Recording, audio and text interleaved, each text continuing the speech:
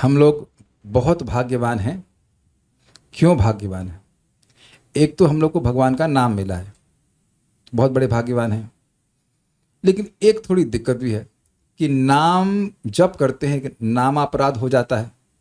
तो जब हम किसी से के प्रति अपराध कर देते हैं तो उससे माफ़ी मांगते हैं, उसका गुणगान करते हैं, आप कितने अच्छे हैं, आप कितने अच्छे हैं, कितने अच्छे हैं।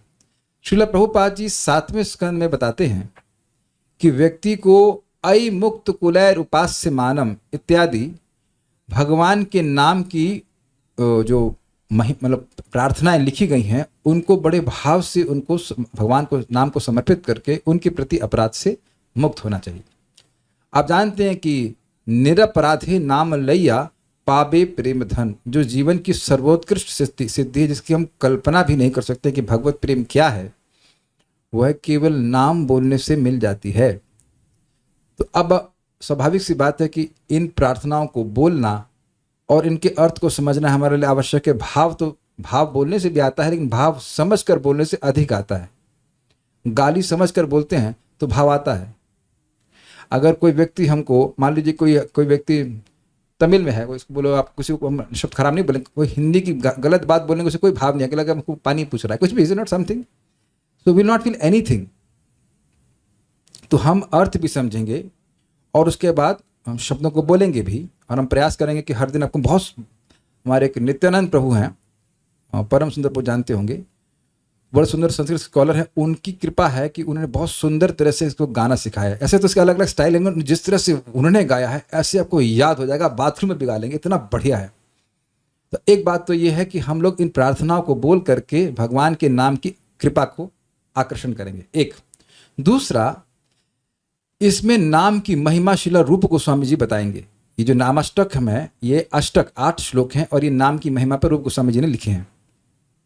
तो रूप गोस्वामी जी कौन है, प्रश्न होगा। चैतन्य महाप्रभु के मुख्य 6 पार्षदों में से एक है। सब लोग रूप गोस्वामी जी के बारे में जानते ही हैं, चल रख दीजिएगा। तो रूप गोस्वामी जी का अनुभव क्या है भगवान के नाम का, कि भाई मुझे एक बार मैं कृष्ण बोलता हूँ तो मेरे मुख में मुझे इच्छा होती है, ऐसा अनुभव होता है कि काश मेरे करोड़ों करोड़ों मुख होते, और जब वह नाम मेरे कान में जाता है तो मैं अनुभव करता हूँ कि मेरे अरबों अरबों कान होते। तो वह तो अनगिनत मुख और नाम, इसमें रिपीट आ रही है आवाज क्या? नहीं। तो वह तो अनगिनत मुख और नाम मांग रहे हैं, और प्रायः बद्ध जीव जब करते ही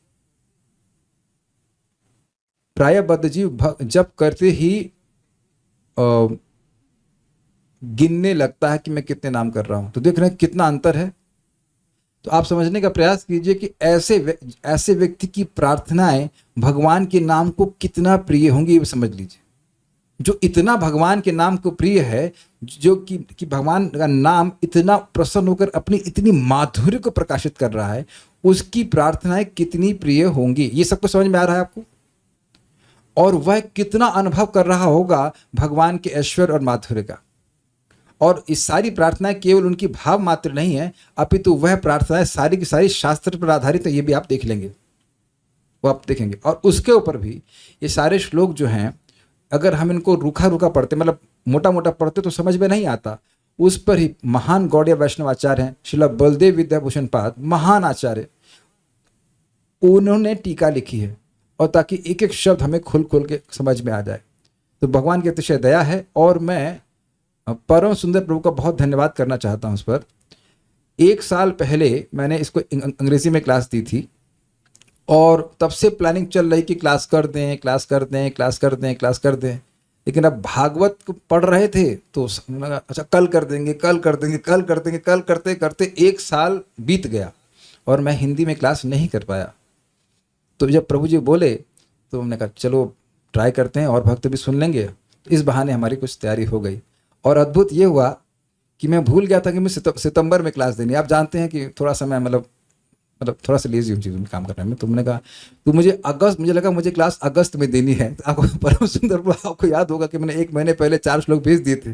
फिर मुझे भक्त मेरे अनुवाद में हेल्प कर रहे हैं, तो उन्होंने कहा कि नहीं प्रोजेक्ट क्लास आपको सितंबर में देनी है। उन्होंने कहा चलो इस बहाने 4 नोट्स तैयार हो गए। तो बहुत बड़ा भाग्य है। देखिए 1 साल के बाद हमको ये मौका मिल रहा है, तो भगवान की दया है। इस नामाष्टकम को शुरू करने से पहले मैं श्रीमान हरि पार्षद प्रभु को धन्यवाद देना चाहता हूँ और विद्वान गौरांग प्रभु को धन्यवाद देना चाहता हूँ। मैं संस्कृत कुछ भी नहीं जानता, मैं ये नहीं कहूँगा कुछ खास नहीं जानता, मैं कुछ भी नहीं जानता। तो वह इसको अनुवाद किए हैं, वो अंग्रेजी में एक अनुवाद किए थे, उसी का अनुवाद लेकर के, दोनों का मिलाकर अनुवाद लेकर के हमने यहाँ पे कुछ प्रयास किया है आप लोग सामने हिंदी में रखने का। तो हम शुरू करते हैं। संस्कृत सामने है, ये रूप गोस्वामी जी लिखे हैं, श्री कृष्ण नामने नमो नमः। भगवान श्री कृष्ण के नाम को मैं नमस्कार करता हूँ। क्यों करते हैं? तो कहते हैं नामाभासे नापीते योगी मृग्या मुक्ति स्याद इत्याहुराम आमनाय वाचः तद व्याख्यायात्रे मह्यम ईश प्रदाद्यः सस्मिन् भक्तिम न अधिकम त्वत्प्रयाचे। हे श्री कृष्ण के पवित्र नाम आपको बारंबार प्रणाम है।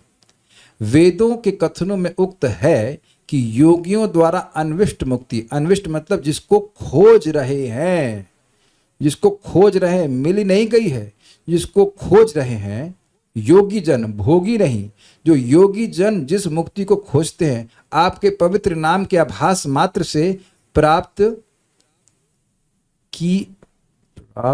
की जा सकती है। मतलब समझे, एक एक लाइन को पकड़ी, कितना आस्वादनीय है। जिस मुक्ति को योगी जन खोजते हैं, मिलती नहीं है, उसको भोगी भी कोई हो वह केवल नामाभास से प्राप्त कर लेता है। प्रभु जी कोई प्रमाण है? आप सब लोग भागवत पढ़ते हैं, सुनते हैं, अजामिलोपी, क्या श्लोक है वो? याय मुक्तिम एतावतालमघ निर्हरणाय पुंसाम संकीर्तनम भगवतो गुणकर्म नाम विकृष्य पुत्र मघवान यदजामिलोपि नारायणेति म्रियमाण याय मुक्तिम। एतावतालमघ निर्हरणाय पुंसाम, एतावत आलम, ये बहुत ज्यादा है। क्या ज्यादा है? अघ निर्हरणाय पुंसाम, मनुष्यों के, मनुष्य मात्र के पाप नाश करने के लिए भगवान का नाम बहुत ज्यादा है। मतलब पाप नाश करने के लिए नहीं बोलना चाहिए, ये तो मुक्ति प्राप्त, मतलब बहुत प्रेम प्राप्त करने के लिए चाहिए। क्या ज्यादा है? तो कहते हैं संकीर्तनम भगवतो गुण कर्म नाम, भगवान के गुण, कर्म और नाम को बोलना। और आप देख सकते हैं गुण बोलना कठिन हो सकता है, रूप के बारे में वर्णन मुश्किल होता है, नाम बोलना तो बहुत आसान है। इतना आसान है कि घर की महिला भी बोलती है अरे हराम जाते। ये तो आसान है ना, महामंत्र ना आता हो लेकिन माता गाली तो देती है ना, है कि नहीं? मुसलमान भी बोलता है हराम हराम, ये अंतरीला से बोल रहा है कि नहीं? इतना आसान है। अब कोई गृहिणी भगवान कृष्ण के दिव्य रूप का वर्णन करती तो देखी नहीं गई। कोई यहाँ पे गृहिणी हो तो हाथ खड़ा कीजिए कि जब आप भक्ति में नहीं थी तो आप कृष्ण के रूप का वर्णन या ग्रह का बहुत मुश्किल, लेकिन शायद हराम जादे तो कई बार बोला होगा। मतलब अगर आप मतलब भाग्यवान है तो, और गाली का उपयोग नहीं, क्योंकि तो चलता है कलयुग में, स्पेशली कलयुग केवल नाम राम आधारित, राम चल भगवान बुलवा देते हैं। तो आप समझ गए, भगवान का नाम ऐसे भी बोले तो भी पाप नाश करता है, लेकिन पाप ही नाश नहीं करता। तो क्या कहते हैं? मैंने बोल दिया संकीर्तनम, उसके बाद क्या बोलते हैं? कोई पूछे कि कोई एग्जाम्पल है ऐसा, ऐसे ही बोल रहे हैं, तो कह रहे हैं विकृष्य पुत्र मघवान। विकृष्य, सुखदेव गोस्वामी बोले हैं श्लोक को, विकृष्य बोला, विकृष्य पुत्रम, पुत्र का नाम बोला, भगवान का नाम, भगवान को इंगित करके नहीं बोला, यही नामाभास कहते हैं। विकृष्य पुत्रम अघवान, कोई शूद्र पापी नहीं था। यद अजामिलोपी, छोटा पापी नहीं था, अजामिल जैसा महान पापी था, योगी नहीं था, महान भोगी था। ऐसा व्यक्ति भी विकृष्य पुत्र भगवान यदजामिलोपी नारायणीति, क्या बोला वो? क्या बोला वो? नारायण बोला। आप लोग क्यों नहीं बोल रहे हैं? अजामिल बोल सकते हैं, आप लोग नहीं बोल रहे, आप लोग सोच रहे हैं कि बोले कि नहीं बोले। मौसम माता जी क्या सोच रहा है? बोलिए नारायण नारायण, हाँ नारायण नारायण, नारायण बोला, इतना, इति बस इतना बोला, इससे ज्यादा नहीं बोला। वो 2 शब्द भी नहीं बोला, 1 शब्द बोला, नारायण। नारायण बोला तो म्रियमाण, और नहा के नहीं बोला, तिलक लगा के नहीं बोला, और आसन पे नहीं बोला। कैसे बोला? लेटे लेटे, मरते समय, म्रियमाण अवस्था में, जहां ना मन कंट्रोल में है, ना वाणी कंट्रोल में है, ना शरीर कंट्रोल में, गंदी अवस्था में है, और ऐसी अवस्था में म्रियमाण केवल पापों से मुक्त नहीं हुआ, इयाय मुक्ति, वह मुक्ति को प्राप्त हुआ। देखिए मेरा स्टाइल बस समझ लीजिएगा, मेरा style is not to cover the course but to uncover it. तो एक दिन में 1 श्लोक होगा या नहीं होगा तो कथा चलती है, लेकिन एक श्लोक तब से एक लाइन समझ में आना चाहिए। तो यहाँ रूप गोस्वामी जी इस बात को समझा रहे हैं कि भगवान जिस मुक्ति को योगी लोग ढूंढते रहते हैं, मिलती नहीं है, वह भोगियों को भी आसानी से मिल जाती है। आपकी बड़ी दया है। हे प्रभु, आपका गुणगान करने के बाद मेरी आपसे यही प्रार्थना है कि आप मुझे अपनी भक्ति प्रदान करें। देखा आपने, वह मुक्ति नहीं मांग रहे हैं। हमको मुक्ति नहीं चाहिए, हमको भक्ति चाहिए। क्योंकि अगर कोई कहे कि आप सबको बड़ी आसानी से मुक्ति देते हो तो भगवान कह सकते हैं अच्छा तो मुक्ति मांग रहे हो ना। मुक्ति नहीं मांग रहे हैं, हम आपसे भक्ति मांग रहे हैं, क्योंकि हम आपको मांग रहे हैं। जो व्यक्ति इतना बढ़िया है कि उसको ना बुलाएं तो मुक्ति देता है, उसके बहाने किसी और को बुलाएं तो वह मुक्ति दे देता है, तो वो व्यक्ति मुक्ति से श्रेष्ठ होगा कि नहीं, है कि नहीं? तो इसलिए आपसे भक्ति मांगता हूं, मैं और कुछ नहीं मांगता, मैं और किसी वर की याचना नहीं करता हूं। ये नोट जो दिए गए हैं बीच में, जो ट्रांसलेटर उन्होंने दिए और समझाने के लिए, यह प्रार्थना हमें भगवान कृष्ण के पवित्र नामों का जप करने की भावना सिखलाती है।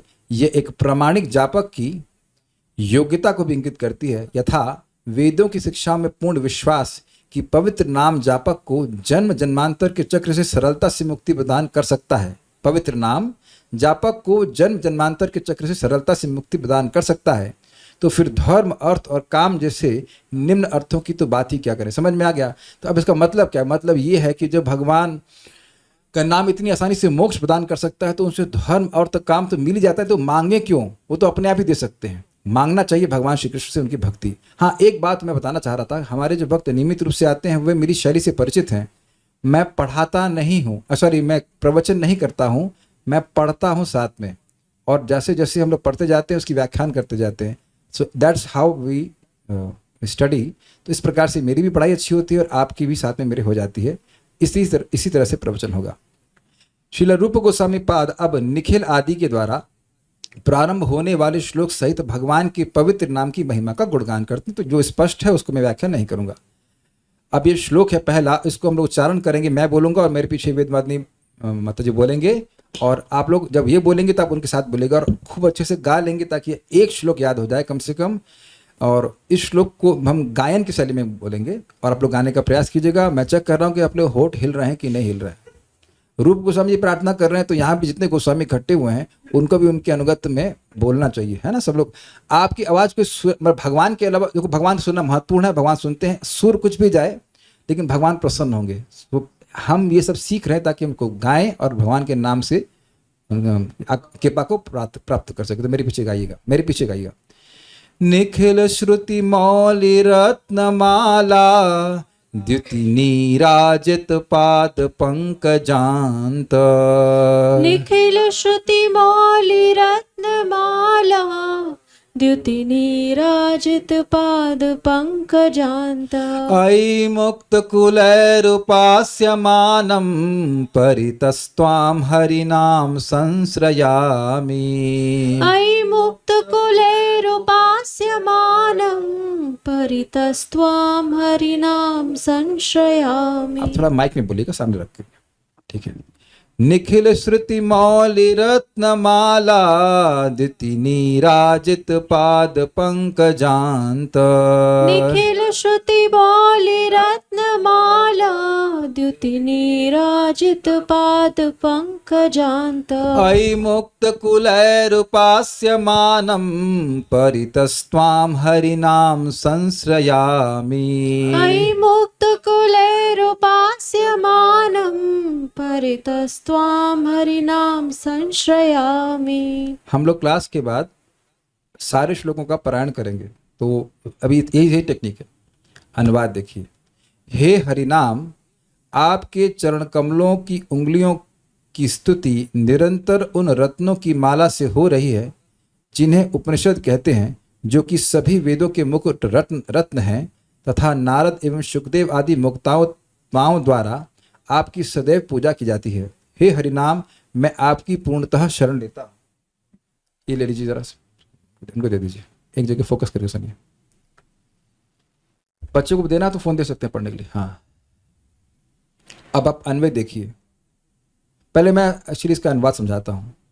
क्या बोल रहे हैं श्रील रूप गोस्वामी जी? हे हरिनाम, एक व्यक्ति की तरह भगवान के नाम को एड्रेस कर रहे हैं।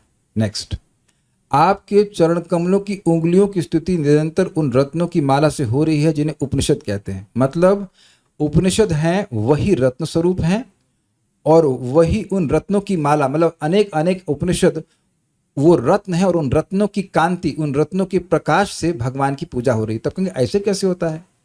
आप लोग भगवान को दिया दिखाते हो कि नहीं दिखाते हो? समझ में आ गया? तो उस प्रकाश को आप भगवान के विग्रह को समर्पित करते हैं कि नहीं करते हैं, और उसका महान फल है कि नहीं? आप लोग करते हैं कि नहीं करते हैं? तो आपके हाथ का दीपक भगवान को, भगवान के विग्रह को समर्पित करते हैं तो उस दीपक की ज्योति भगवान को समर्पित होती है। क्लियर? ठीक। उसी प्रकार से उपनिषद स्वयं रत्न है और उन रत्नों की ज्योति भगवान के चरणों के जो नखून होता है ना, नखून, उसकी पूजा कर रही है। भगवान के नाम के चरणों के नख की सीमा। अब जरा विचार कीजिए, अब बहुत सुंदर विचार है। नख जो होता है उसका आकार क्या होता है? नख देख लीजिए अपना, चंद्राकार होता है कि नहीं? इसलिए नख चंद्र कहते हैं। आपने कभी शायद सोचा हो कि नख को, भगवान के नाखूनों को चंद्र से उपमा क्यों दी जाती है? क्योंकि एक तो वो चमकने वाले हैं और दूसरा क्या है, वह चंद्राकार होते हैं। Is it not interesting? तो जो लास्ट भाग है भगवान के चरणों का अंत भाग क्या होगा? नखून। तो नखून की जो सीमा है, नख सीमा है, उसकी आराधना क्या कौन करते हैं? उपनिषद रूपी रत्नों की कांति उनकी उपासना करती है। अनुवाद समझ में आ रहा है? ठीक है। जो कि सभी वेदों के मुकुट रत्न हैं, वो भी मैं समझाऊंगा। यानी वेद जो हैं वो सारे वेदों के मुकुट मणि, मतलब वेद मान लीजिए एक व्यक्ति हैं तो उनके ऊपर जो मणियां हैं वो हैं उपनिषद। तो उन मणियों का प्रकाश जो है वह भगवान के चरणों की नख की उपासना करता है, ये कहते हैं। मतलब जो वेदों का हाईएस्ट है वो भगवान के चरणों में है। आप समझ में आया? इतने आप महान हैं। तब कहेंगे आप तो भगवान की बात कर रहे हैं। हाँ जी, तो यही तो बात कर रहे हैं। भगवान और भगवान के नाम में कोई भेद नहीं है। तो क्योंकि नाम और नामी में कोई भेद नहीं है, इसलिए भगवान की उपासना, जो भगवान की प्रार्थना कर रहे हैं वही नाम के ऊपर भी जाएगी। तो नाम और नामी में अभेद करके इस प्रकार से प्रार्थना अर्पित कर रहे हैं। समझ में आए बात? तथा नारद एवं सुखदेव आदि मुक्तात्माओं द्वारा आपकी सदैव पूजा की जाती है। अब इसका क्या मतलब है? मुक्त मतलब जो व्यक्ति जगत की किसी भी वस्तु के प्रति ऑब्लिगेशन से मुक्त हो गया, न देह के प्रति, न मन के प्रति, न जगत का किसी भी व्यक्ति की उस तरह से, is not obliged to serve. वह किसी भी प्रकार से बाध्य नहीं है किसी की सेवा करने के लिए। हम लोग बाध्य है ना, हर क्षण बाध्य हैं। रोटी खा के आना पड़ेगा, नहीं तो जिएंगे कैसे? ऐसे ऐसे हम लोग खुद ही बोलते रहते हैं। तो जिन या फिर इच्छाओं के तो दास हम लोग कब से हैं, ये चाहिए वो चाहिए इत्यादि इत्यादि इत्यादि। तो जो लोग इस तरह से पूरी तरह से मुक्त हो गए हैं वह भी अपना भाग्य मान करके भगवान के नाम की सेवा करते हैं। मतलब जिन्हें किस जगत में किसी चीज़ की भी अपेक्षा नहीं है, वह भगवान का नाम बोल करके अपने को कृतार्थ मानते हैं। प्रमाण तो स्वयं श्रील रूप गोस्वामी ही हैं, लेकिन वह बोल रहे हैं कि भगवान मुक्त पुरुष आपकी सेवा करते हैं। समझे आप? आपका नामाभास तो मुक्त कर देता है भोगियों को, लेकिन उससे भी श्रेष्ठ वस्तु आप दे सकते हैं ना, तभी तो उन लोगों को मतलब बना रहता है। मेरी बात समझ पा रहे हैं? जब व्यक्ति मुक्त हो गया, जैसे आपको भोजन मिल गया तो भोजन के बाद कोई जरूरत नहीं, कुछ भी भोजन की जरूरत नहीं होती, ना भोजन की जरूरत होती है, ना भोजन देने वाले से मतलब होता है ना? सिंपल सी बात है। वही हम लोग प्रसादम हॉल में जाते हैं, प्रसाद बड़े आतुरता से लोग आते हैं, प्रसाद खाते फिर निकल जाते हैं, पीछे देखते भी नहीं कि बर्तन कौन मांज रहा है या और किचन साफ हो रहा है कि नहीं हो रहा है। तो अपना काम हो गया। Is it not? ट्रेन में जाते हो, ट्रेन में अपना गंतव्य पहुंच गए, उसके बाद ट्रेन से कोई मतलब नहीं, आगे कोई एक्सीडेंट हो रहा है, कुछ हो रहा है, कोई मतलब नहीं, आपका साध्य सिद्ध हो गया। तो जो लोग मुक्त हैं, तो हम कहेंगे मुक्ति की बात तो कुछ बचा नहीं, लेकिन मुक्त आत्मा भी भगवान का नाम बोल रहा है। यानी कि मुक्त आत्माओं के लिए भी भगवान का नाम एक उपादेय वस्तु है। वह ऐसा सुख देने वाला है जो मुक्ति के बाद शुरू होता है। और प्रभुपाद समझाते हैं कि वास्तविक रूप से भगवान का नाम मुक्त पुरुष ही कर सकते हैं, और जो लोग मुक्त नहीं वो मुक्त होने के लिए कर सकते हैं। That's a different thing. But point is क्या है, जो अविद्या से मुक्त हैं वह भी आपकी सेवा करते हैं। हे हरि नाम, मैं आपकी पूर्णतः शरण लेता हूँ। ये तो अनुवाद हो गया। अब हम इसके एक एक शब्द को अन्वय से समझने का प्रयास करेंगे। अगर मैं थोड़ा जल्दी जा रहा हूँ, स्पीड थोड़ी तेज है, तो आप लोग थोड़ा सा मुझे बता देना, मैं थोड़ा स्लो हो जाऊँगा। लेकिन एक और निवेदन है, हम आप लोगों को PDF फाइल शेयर कर दी गई होगी, तो कृपया उसको पढ़ करके आएंगे। आप लोग जरूर पढ़ करके आएंगे तो आपको बहुत फ़ायदा होगा। आज जो पढ़ा रहा हूँ उसको फिर से पढ़ेंगे तो आपको और अधिक समझ में आएगा। मेरे ख्याल से आप लोग आराम से पढ़ सकते हैं, पढ़ने में कोई दिक्कत नहीं, बहुत इजी है, और एक बार आप पढ़ लेंगे तो बहुत लाभ होगा। देखिए, जिस व्यक्ति से रोज डील करना है, सेवा करनी है, उसके बारे में जितना अधिक जानेंगे उतना लाभ है। ठीक है। निखिल, निखिल आपने सुना होगा, अखिल भारतीय संघ ऐसे करके बोलते थे। निखिल मतलब अखिल मतलब समस्त, मतलब सारे।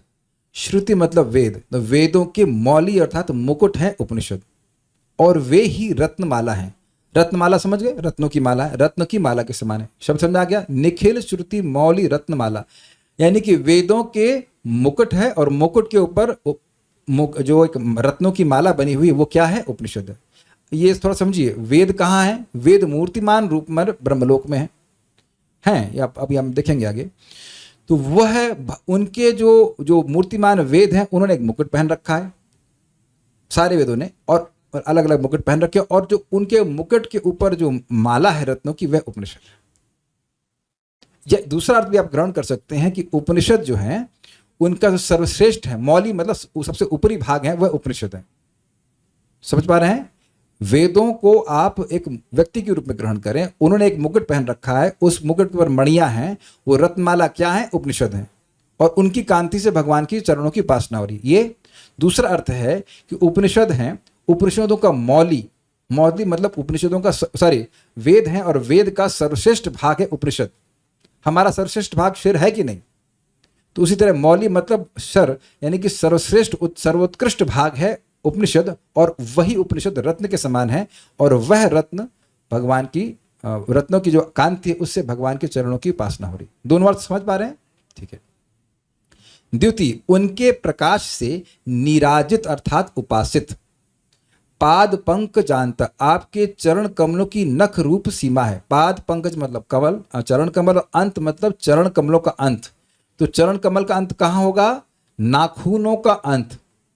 ऑब्वियसली आप लोग बुद्धिमान है कि पीछे से नहीं लेंगे, टखने की उपासना की बात नहीं हो रही है, बात भगवान के आगे, चरण आगे से देखते हैं, पीछे से टखने तो देखते नहीं है। तो आप आगे वाली सीमा की बात हो रही है। मैं समझा पा रहा हूं? अगर कुछ नहीं समझ में आ रहा है तो अपने नाखूनों को टच कीजिएगा तो समझ में आएगा मैं क्या करूँगा। प्लीज अपने अंगूठे के नाखून को टच कीजिए, हाथ वाले नहीं, पांव वाले। यहाँ हस्त पंकजंत नहीं लिखा हुआ है, पाद पंकजंत। अच्छा है, रूम वाले भक्तों को तो डांट पड़ जाती है, ये तुरंत अपना नाखून चेक करने लगे। हाथ वाला नहीं भाई साहब, पैर वाला। हम तो अभी लगातार अपने बाएं हाथ से बाएं अपने अंगूठे को पकड़े हुए, ताकि याद रहे कि कितना उच्चतर स्थिति है भगवान के नाम की। क्या सब लोग समझ रहे हैं इस बात को? I think it's very easy to understand. पाद पंकज अंत मतलब भगवान के चरण कमलों की उंगलियों के अंत भाग, एकदम लास्ट, यानी कि पूरे चरण की उपासना भी नहीं कर पा रहे, समझे? केवल नाखून के अग्रभाग की उपासना सारे उपनिषदों की कांति कर रही है। जो उपनिषद, अब समझिए, जिस उपनिषद की कांति, जिस उपनिषद का प्रकाश पूरे जगत को प्रकाश देने वाला है कि नहीं? सभी को ज्ञान का प्रकाश देता है कि नहीं? वह भगवान के नाम की चरण की सीमा, यानी कि चरण कमल की सीमा अर्थात नख की जो बॉर्डर लाइन कह लीजिए, बस उस प्रकार से उपासना कर पा रहा है। उसको प्रकाश देने का तो मतलब नहीं, तो स्वयं प्रकाशित है, उसकी उपासना कर रहा है। जब आप भगवान की उपासना करते हो, भगवान को दीपक अर्पण करते हो ताकि भगवान को लाइट दे रहे हो, क्या बोलेंगे? हाँ, आप लाइट दे रहे हैं, लेकिन वो किस अर्थ में है भाई? उनकी उपासना कर रहे हैं। भगवान सूर्यदेव को भी आप जल देते हैं तो वो प्यासे हैं ना बेचारे, समझे? भगवान कह रहे भाई 2 गिलास पानी तो देना, इतना तप रहा हूं। तो नहीं, इट शोज कि हम जो उपनिषद हैं वो कृतज्ञ मान रहे हैं कि हम भगवान के नाम की कुछ सेवा कर पा रहे हैं, उनकी उपासना कर पा रहे हैं। समझ गए ना बात? कितना जबरदस्त श्लोक है ना। अच्छा, अब यहां पे आई बोल रहे हैं, आपने सुना होगा, आई दीन दयाद्र नाथ। बड़ी कातर स्वर में जब हम किसी की प्रार्थना करते हैं तो बोलते हैं आई। हाय तो क्या, हाय मर गया तो हाय वाला तो कातर स्वर में हाय बोलता है। संस्कृत में बहुत अच्छी तरह से बोला था आई नंद तनुज किंकरम, तो जब जानते हैं तो इस प्रकार से पुकार कर रहे हैं। किस भावना पुकार कर रहे हैं? आई मुक्त कुलैर उपास्य मानम। आप मुक्त के द्वारा नहीं, मुक्तों के कुलों के द्वारा उपासना हो रही। ये कुलय शब्द बहुवचन में है ना परम सुंदर प्रभु? हाँ, मैं संस्कृत में आपकी सहायता लूंगा, प्लीज हेल्प मी।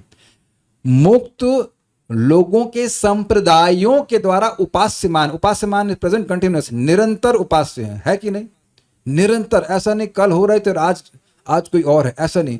हे भगवान, आप तो मुक्त लोगों के संप्रदायों के द्वारा नित्य ही उपास्यमान हैं, नित्य ही उनकी आपके द्वारा आप उपासित है। कब से नित्य? मतलब अनादिकाल से उपासित हो रहे हैं, अभी भी हो रहे हैं और आगे भी होते रहेंगे। Is it not? मुक्ति के पहले भी और मुक्ति के बाद भी आप उपास्यमान होंगे। Is it okay? तभी प्रश्न हुआ कि ऐसा क्यों कह रहे हैं? नम्रता में रूप गोस्वामी कह रहे हैं कि मैं तो मुक्त नहीं हूं, ऐ मुक्त कुलैर उपास्यमान, मैं तो मुक्त नहीं हूं, मेरी क्या योग्यता है? यही योग्यता है, बट एनीहाउ मेरी क्या योग्यता है? आप तो जो मुक्त लोग हैं उनके द्वारा उपास्यमान, वह आपकी सेवा करते हैं, मैं कैसे कर सकता हूं? तो फिर कहते हैं, हे नारद आदि मुक्त कुलों के द्वारा निरंतर उपासित, मतलब इतना आनंद है, इतनी आनंद बढ़ाता है भगवान का नाम कि उनसे भगवान के नाम की उपासना रुक ही नहीं पाती है, इसलिए कह रहे हैं निरंतर उपासित। समझ आ रहा? इतना टेस्टी है कि रुक ही नहीं पा रहे। भाई ये हरि नाम कोई भोजन की तरह तो है नहीं कि भाई अच्छा लग रहा है लेकिन पेट भर गया। कान तो आकाश स्वरूप है, अगर नाम में रुचि हो गई तो व्यक्ति करता ही जाएगा, करता जाएगा, करता जाएगा। Something which increases your taste, will you stop? Never. जिससे आपकी रुचि बढ़ रही है, कौन व्यक्ति उसमें रुकना चाहेगा? नहीं रुकना चाहेगा ना। अभी हम लोग तो समझ लीजिए, कभी आप कहें ना कि हम 16 माला करते हैं और अहंकार आ जाए तो कहना आई मुक्त कुलैर उपास्यमान। क्यों? भगवान मैं तो 16 के बंधन में हूं, है ना। अच्छी बात है हो, लेकिन इसी से मुक्त हो जाओगे। लेकिन पॉइंट इज दैट कि हम तो 16 गिन गिन के कर रहे हैं, बट रियली तो रूप गोस्वामी जी कर रहे हैं और वो कर रहे हैं जिनको तो याद ही नहीं रहता। जो तो एक्स्ट्रा मांग रहे हैं, एक्स्ट्रा मुख मांग रहे हैं, एक्स्ट्रा कान मांग रहे हैं। ऐ मुक्त कुलैर उपास्यमानम। समझ आ गया?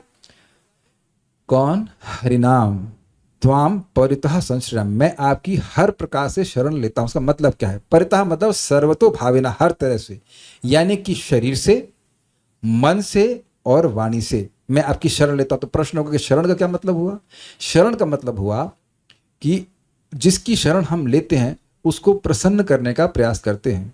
जिसकी शरण लेके, मान लीजिए आप किसी की शरण में गए, भगवान करे, कोई भी व्यक्ति करे, किसी की शरण में जाएगा, कहे मैं आपके चरण कमलों का आश्रय लेता हूं, और उसके बाद उसके चरण में चिकोटी काट दे अरे यार तुम तो शरण लेने आए थे, ये क्या कर रहे हो? Is it not?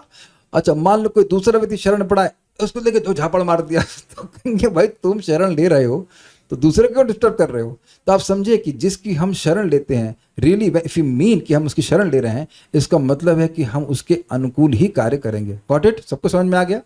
तो इसलिए कह रहे हैं कि हर तरह से मैं अपने हर कर्म अपना करेंगे, नाम भजन तेरे लिए। समझ गए ना?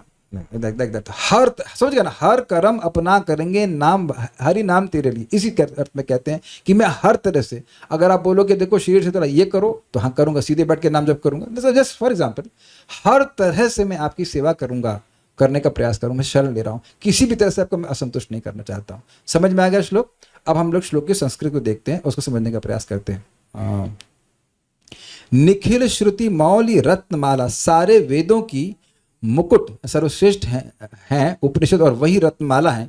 उनकी द्वितीय अर्थात उनकी कांति से नीराजित उपासित पाद पंकजांत, आपके चरण कमलों की अंत यानी नख सीमा है। ऐ मुक्त कुलैर उपास्यमानम, हे मुक्त कुलों के द्वारा निरंतर उपासित हरिनाम त्वाम परितः संश्रयामि, मैं आपकी सर्वतो भाविना, हर प्रकार से हाँ मुझे पता है, अभी आप लोग जैसा सुन लीजिएगा उसका कुछ कर नहीं पाएंगे, नहीं तो बीच में रुक जाएगा। We can't do much. Okay, just give me a second. सबको दिक्कत हो रही है इको से? आवाज समझ पा रहे हैं? Is echo for everyone? देखिए, आप इको पे मत फोकस कीजिए। जब हम जब करते हैं तो बहुत सारी चीजें डिस्टर्ब होती करने वाली होती हैं। आप मेन आवाज को सुनिए। कुछ है प्रॉब्लम, लेकिन अभी क्या कर सकता हूं? नहीं आ रही? ओके, आवाज आ रही ना? हाँ तो नहीं, ठीक है। सुनिए, आप यहाँ पे ईगो पे फोकस करने के लिए आए कि क्लास फोकस करने के लिए आए? बाकी लोगों को दिक्कत नहीं, सुनिए ध्यान से। चलिए अब हम आगे पढ़ते हैं, समय कम है हमारे पास। अब एक बार सब लोग फिर से हमें संग बोलिए, निखिल श्रुति मौलि रत्नमाला दिति नीराजित पाद पंकजांत, ऐ मुक्त कुलैर उपास्यमानम परितस्त्वाम हरिनाम संश्रयामि। आप देखिए एक एक शब्द के अर्थ को आप समझें तो आप इसको बोलते समय अलग अनुभव करेंगे। फिर से बोलिए और अर्थ कुछ याद करके बोलिए। निखिल श्रुति मौलि रत्नमाला दिति नीराजित पाद पंकजांत अयि मुक्त कुलैरुपास्यमानम परितस्त्वाम हरिनाम संश्रयामि। होमवर्क यह है कि कल जब करने से पहले ट्यून याद हो गई होगी, इसको बोलना है। आप लोग बोलिएगा, बोल करके आप शुरू कीजिए। और पीडीएफ दी गई है, आप इसको अर्थ याद कीजिए। होमवर्क है, ये क्लासरूम है, ये केवल कथा नहीं है। केवल कथा नहीं, कथा है लेकिन कथा नहीं है केवल, ठीक है। ओके, श्रील बलदेव विद्याभूषण के द्वारा टीका। ये बलदेव विद्याभूषण पाद कौन है? इन्हीं की गीता जी की कमेंट्री पे लेकर के प्रभुपाद जी ने गीता को पर टीका लिखी। बहुत महान वैष्णव, आपकी टीका देखिएगा, बहुत अच्छी है। हे हरिनाम, मैं प्रत्येक प्रकार से आपकी शरण लेता हूं। क्यों लेते हो? तो कहते हैं निखिल श्रुति मौली, यह सभी वेदों में प्रमुख अथवा उनके मुकुट स्वरूप उपनिषदों को इंगित करता है। क्या? ये फ्रेज निखिल श्रुति मौली, मेरे ख्याल से मैं अन्वय करने के बाद ये समझ में आने में कोई दिक्कत नहीं हुई होगी। वे स्वयं ही रत्न है। कौन रत्न है? उपनिषद ही रत्न है। देखिए वेद में कर्मकांड भी है, ज्ञान कांड भी है, तो उपनिषद व्यक्ति को मोक्ष की तरफ ले जाते हैं। जो कर्मकांड है वह अयोग्य जो लोग होते हैं, जो बिल्कुल बात नहीं मान रहे हैं, उनको कम से कम कुछ प्रलोभन दिखा के, स्वर्ग आदि के प्रलोभन दिखा करके नियम पालन करने में वह प्रेरित करते हैं। तो वो आप बात जानते हैं, उसको मैं व्याख्या नहीं कर रहा। बस वेदों का सर्वश्रेष्ठ भाग उपनिषद है, वो रत्न है। रत्न को गुह्य जगह रखा जाता है। जो सबसे गुह्य भाग है वेदों का, वह भगवान के नाम की उपासना करता है। आप समझ में आया? हे हरिनाम, आपके चरण कमल की नख रूप सीमा की उपासना उपनिषद रूपी रत्नों की माला के आभा से होती है। काफी सुंदर बात है। ये बताइए कि आप लोगों ने कभी अपने चरणों की ध्यान दिया है? छुपा के रख दूं कहीं? हाँ भाई, anyone want to raise hand on this point? क्या अपने चरणों को कोई संभाल के रखते हैं भाई? कहीं छुपा के रख दे अलमारी में, कहीं भी नहीं, कोई महत्वपूर्ण नहीं लगता कोई खास। तो और मैं ये पूछना नहीं चाहता हूँ कि माताओं जी लोगों ने अपने आभूषण कहाँ रखे हुए हैं? बाहर ही सुखा दिए होंगे कपड़े के साथ, है ना? कितने लोगों के मंगा जो सोने के आभूषण हैं, हीरे मोती तो आजकल क्या ही होते हैं, लेकिन अब कोई गले में भी टांग कर नहीं चलता, डर लगता है कि कहीं कोई चोरी ना कर ले, है ना? तो जो वेदों का अत्यंत गुह्य, अत्यंत उपादेय जो मतलब भाग है, वह भगवान के चरणों की उपासना कर। लेकिन देखिए, आप ये मत सोचना कि भगवान के चरण कहीं निम्न है, उस तरह से नहीं बोल रहा हूं। एक भगवान का चरण हो चाहे मुख, एक ही बात है, लेकिन हमारे परिप्रेक्ष्य देखने का, समझने का प्रयास कीजिए। जो वेदों का सर्वश्रेष्ठ भाग है, वह भगवान के चरणों की उपासना करता है, वो चरणों में ही पड़ा रहता है, कहने का अर्थ। इसीलिए दुर्गा जी कहते हैं, हे मूर्ख, वेद माँ ऋचा, मतलब ऋचा ऋग्वेद पढ़ने की, ऋचा नहीं बोलते, ऋग पढ़ने की जरूरत नहीं, अथर्ववेद पढ़ने की जरूरत नहीं है। गोविंद गायति नित्य, गोविंद का नाम बार बार उच्चारण करो। हरे कृष्णा कृष्णा कृष्णा हरे हरे, हरे राम राम राम हरे हरे।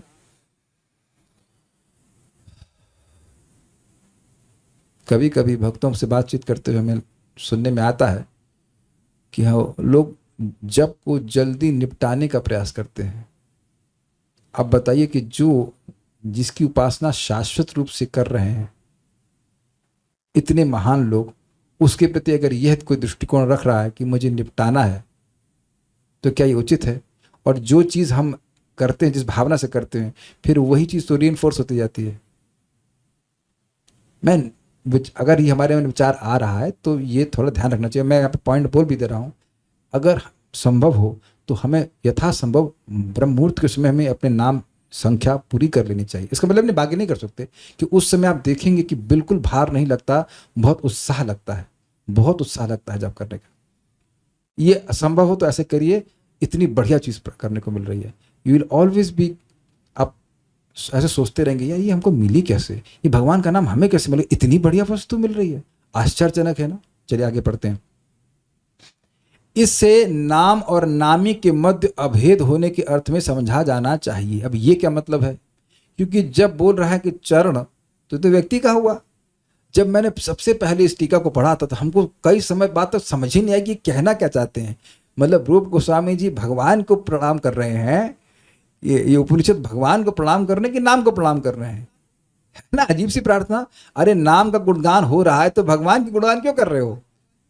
अगर ये बोला जाता कि हे कृष्ण, आपके चरणों की आपके चरण कमल की सीमा अर्थात आपके चरण नख को, चरण कमल के नख की उपासना उपनिषद कर रहे तो समझने में आसानी होती।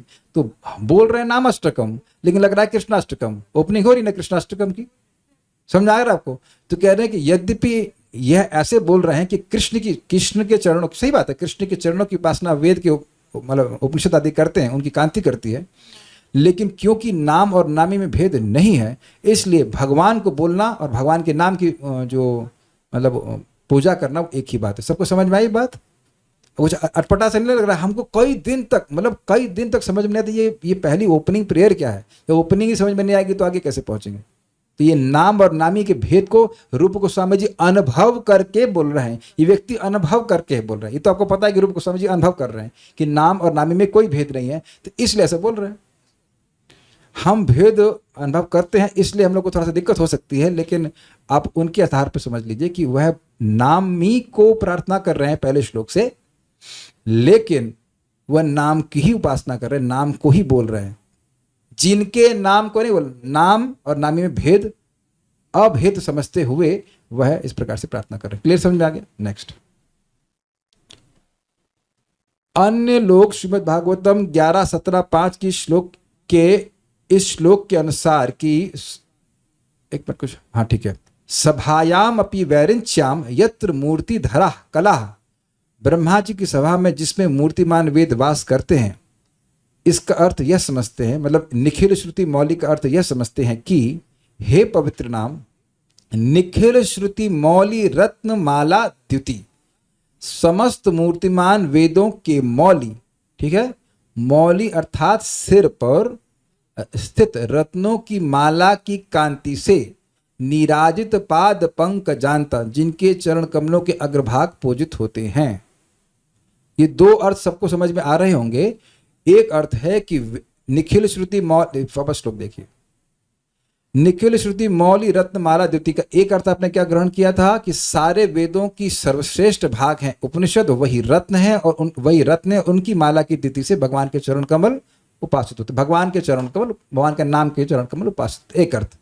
दूसरा क्या है कि ब्रह्मलोक में, यहां पे लिखा हुआ वैरिंच्याम, वैरिंच मतलब ब्रह्मा जी, तो ब्रह्मा जी की सभा में मूर्ति रूपमान रूप से वेद रहते हैं और उनके सर पे मुकुट है और उस मुकुट की जो में जो रत्न है वो है उपनिषद और उनकी कांति से भगवान के चरण कमल या भगवान के नाम के चरण कमल उपासित होते हैं।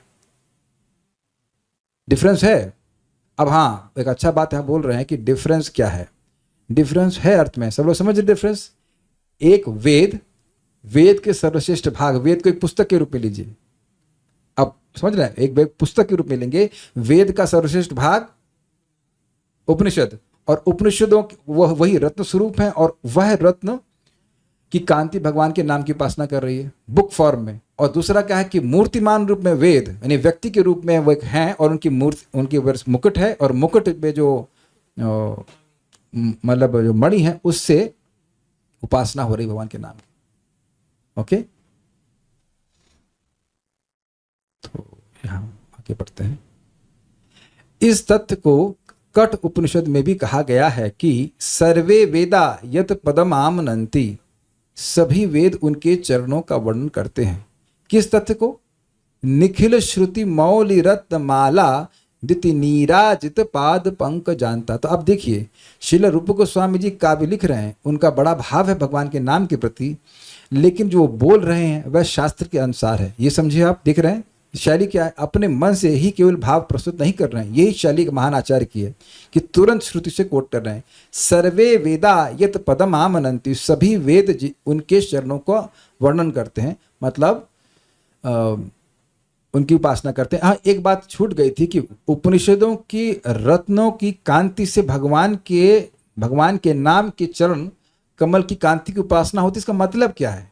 इसका मतलब ये है कि सारे उपनिषद भगवान के नाम की महिमा का वर्णन करते हैं। करने का प्रयास करते हैं, I would put it that way, करने का प्रयास करते हैं, क्योंकि रात्रि दिन नाम लैया खाईते सुईते ताहार महिमा वेद ना कहे पारीते। चैतन्य भागवत याद हुआ, कुछ समझा? रात्रि दिन नाम लैया, जो रात और दिन भगवान का नाम लेता है, खाईते सुईते, खाते सोते, ताहार महिमा वेद न कहीते पारीते, उसकी महिमा को, उस व्यक्ति की महिमा को जो नाम बोल रहा है, उस व्यक्ति की महिमा को वेद वर्णन नहीं कर सकते। तो नाम की महिमा का वर्णन कैसे करेंगे? करने का मतलब पूर्णतः वर्णन कैसे करेंगे, लेकिन फिर भी नाम की महिमा का वर्णन वेद करते ही रहते हैं। जब पूर्ण कर ही नहीं सकते तो किसी और की वर्णन करेंगे क्यों? समझे आप? वेदश्च सर्वेर अहम एव वेद्यो, वेदश्च सर्वेर नाम एव वेद्यो हो। वे सारे वेदों के द्वारा भगवान ही जाने जाते हैं, सारे वेदों के द्वारा नाम ही जाने जाते हैं। समझ में आ गया बात? प्रमाणित हो गया? यानी कि वो लगे रहते हैं, नित्य उपास्यमान, लगातार सेवा करते रहते हैं, अंत नहीं पाते हैं। ये कह रहे हैं अर्थ। ये नहीं कि वेद नाम की महिमा को पूरा वर्णन कर देंगे, कोई नहीं कर सकता है। आगे श्लोकों से स्पष्ट हो जाएगा। कठ उपनिषद के इस श्लोक का अर्थ है कि सारे वेद भगवान को ही मानव जीवन के चरम, सॉरी स्पेलिंग मिस्टेक है, चरम लक्ष्य के रूप में वर्णित करते हैं। तो कहेंगे ये अर्थ कैसे आया? देखिए, वेद का ज्ञान किन 3 विभाजनों में है? संबंध, अभिधेय और प्रयोजन। जीवात्मा का भगवान से क्या संबंध है? और अब जब मैं बोल रहा हूं भगवान, तो आप बुद्धिमानी से उस पर रिप्लेस कीजिएगा नाम से। मैं करता हूं आप लोग के बिहाफ पे। जीवात्मा का भगवान के नाम से क्या संबंध है? जीवात्मा उस संबंध को कैसे जागृत कर सकता है, ये हो गया अभिधेय। और जीवात्मा का परम प्रयोजन क्या है, लक्ष्य क्या है? भगवान के चरणों में प्रेम प्राप्त करना। तो नाम से क्या सेवा संबंध है? नाम की हम सेवा कैसे कर सकते हैं, अभिधेय। और नाम में प्रेम कैसे जागृत कर सकते हैं, ये प्रयोजन। इसी का वर्णन वेद करते हैं। कोई कठिनाई? तो कहेंगे प्रभु जी अभी तो हम तो ये सुने हैं कि भगवान से संबंध है, तो भगवान और भगवान के नाम में भेद है? नहीं है। इस बात को प्रभुपाद जी ने एक अंतलीला में बताते हैं कि जैसे व्यक्ति जानता है, समझता है कि वह भगवान का जीव, भगवान का सेवक है, उसी प्रकार से वह भगवान का भी शाश्वत सेवक है। इस भावना में अगर कोई व्यक्ति निरपराधिक रूप से भगवान का नाम जप करता है और दूसरों को भगवान का नाम देने का प्रयास करता है, तो इंग्लिश में प्रभुपाद कहते हैं then he is raised to the understanding that the holy name is not different from Krishna. तो उसको ये अनुभूति दी जाती है जिसके द्वारा समझ पाता है कि भगवान के नाम और भगवान में कोई भेद नहीं है। यानी कि जो अनुभव जीव को भगवान की सेवा करके, भगवान का सानिध्य प्राप्त करके होगा, वही नाम की सेवा सानिध्य प्राप्त करके हो जाएगा। वो उसको ये रियलाइजेशन दिया जाता है जब वो स्वीकार करता है, समझता है कि वह नाम का शाश्वत सेवक है। वह केवल कुछ समय के लिए नाम नहीं बोल रहा है, वह शाश्वत समय के लिए भगवान के नाम से एक सुंदर संबंध, एक प्रेममय संबंध स्थापित करना, यही जीवन का लक्ष्य है। क्लियर समझ में आ रहा है बात? तो इस प्रकार से वेद भगवान को ही मानव जीवन के चरम लक्ष्य के रूप में वर्णित करते हैं। नाम की महिमा इस प्रकार से बोलते हैं। क्लियर समझ में आ कि नाम ही सर्वश्रेष्ठ साधन है। अच्छा, परितस्त्वाम हरिनाम संश्रयामि, मैं पूर्णतः आपकी शरण लेता हूं। ये तो बड़ा स्पष्ट है। किंतु आपका स्वभाव क्या है? मान लो कोई प्रश्न करे कि भगवान के नाम का स्वभाव क्या है जिसकी आप शरण लेते हैं, तो वे कहते हैं, रूप गोस्वामी कहते हैं कि मुक्त कुलैर उपास्य मानम, आपकी पूजा मुक्तात्माओं का संप्रदाय भी करता है। अब भी का क्या मतलब है? अब यहां भी कैसे आया, इस पे भक्त ने बोला था कि जो टीका है उसमें लिखा है अपि मुक्त कुलैर उपास्य मानम। हमने उन्हें कैसे गाया था? अई मुक्त कुलैर उपास्य मानम। तो एक पाठ भेद है जो बलदेव विद्याभूषण पाद है, ऐसा वो वहां पे अनुवाद करते हैं कि वो मतलब उस टीका में अपि शब्द है। तो अपि कहाँ से आ गया? अपि मतलब पाठ भेद से। तो अपि का मतलब है भी, ऑल्सो। तो वहां कहते हैं कि अपि का मतलब हो गया कि मुक्त तो उपासना करते ही हैं और जो मुक्त नहीं है वह भी उपासना करते हैं। समझ आया? मुक्त, अपि मुक्त कुलैर उपास्य मानम आ जाएगा ना, अपि करके चलेगा ना श्लोक। तो अपि मुक्त कुलैर उपास्य मानम, यानी मुक्त लोगों के संप्रदायों के द्वारा भी आप उपास्यमान है। इसका अर्थ क्या है? इसका अर्थ ये है, इस जगत में स्पेशली जो मायावाद को फॉलो करते हैं वह भी भगवान का नाम बोलते देखे जाते हैं, लेकिन वो, और हम हो सकता हमसे ज्यादा बोलते हों, हरे कृष्णा बोलते हैं या कुछ और राम राम बोलते हैं, लेकिन उनके मन में ये भावना होती है कि जब मैं अपने स्वरूप में स्थित हो जाऊंगा, मैं भगवान बन जाऊंगा, तब मुझे, या राम बन जाऊंगा, तब मुझे राम राम बोलने की जरूरत नहीं। अर्थात जब मैं मुक्त हो जाऊंगा तो मैं नाम की सेवा से भी मुक्त हो जाऊंगा, ऐसा वो सोचते हैं। लेकिन यहाँ कह रहे हैं कि नहीं बेटा, मुक्त कुलैर अपि मुक्त कुलैर उपास्यमानम। आई की जगह अपि भी पाठ भेद है, तो क्या अपि मतलब मुक्तों के द्वारा भी आप उपास्य हैं, निरंतर उपास्यमान है, अर्थात मुक्त पुरुष हो गया है। तो इसका मतलब यह नहीं कि नाम भजन छोड़ दे। तो यह है सच्ची नाम सेवा, नच्ची सच्ची नाम सेवा। दूसरी, और ये आप सब लोग जानते हैं कि नारद जी जितना आनंद ले रहे हैं, रूप गोस्वामी जितना आनंद ले रहे हैं, वो उतना अभी हमको नहीं मिल रहा है। जब हम मुक्त हो जाएंगे तब आनंद से जब करेंगे। अच्छा, दूसरा क्या अर्थ है? मुक्त लोग भी आपकी उपासना करते हैं, मतलब बद्ध आत्मा भी कर सकते हैं, करते ही हैं। बद्ध आत्मा भगवान का नाम लेकर ही बड़ी आसानी से मुक्त होता है। तो हमने शुरुआत में बोलते तो नामाभास से मुक्त हो जाता है।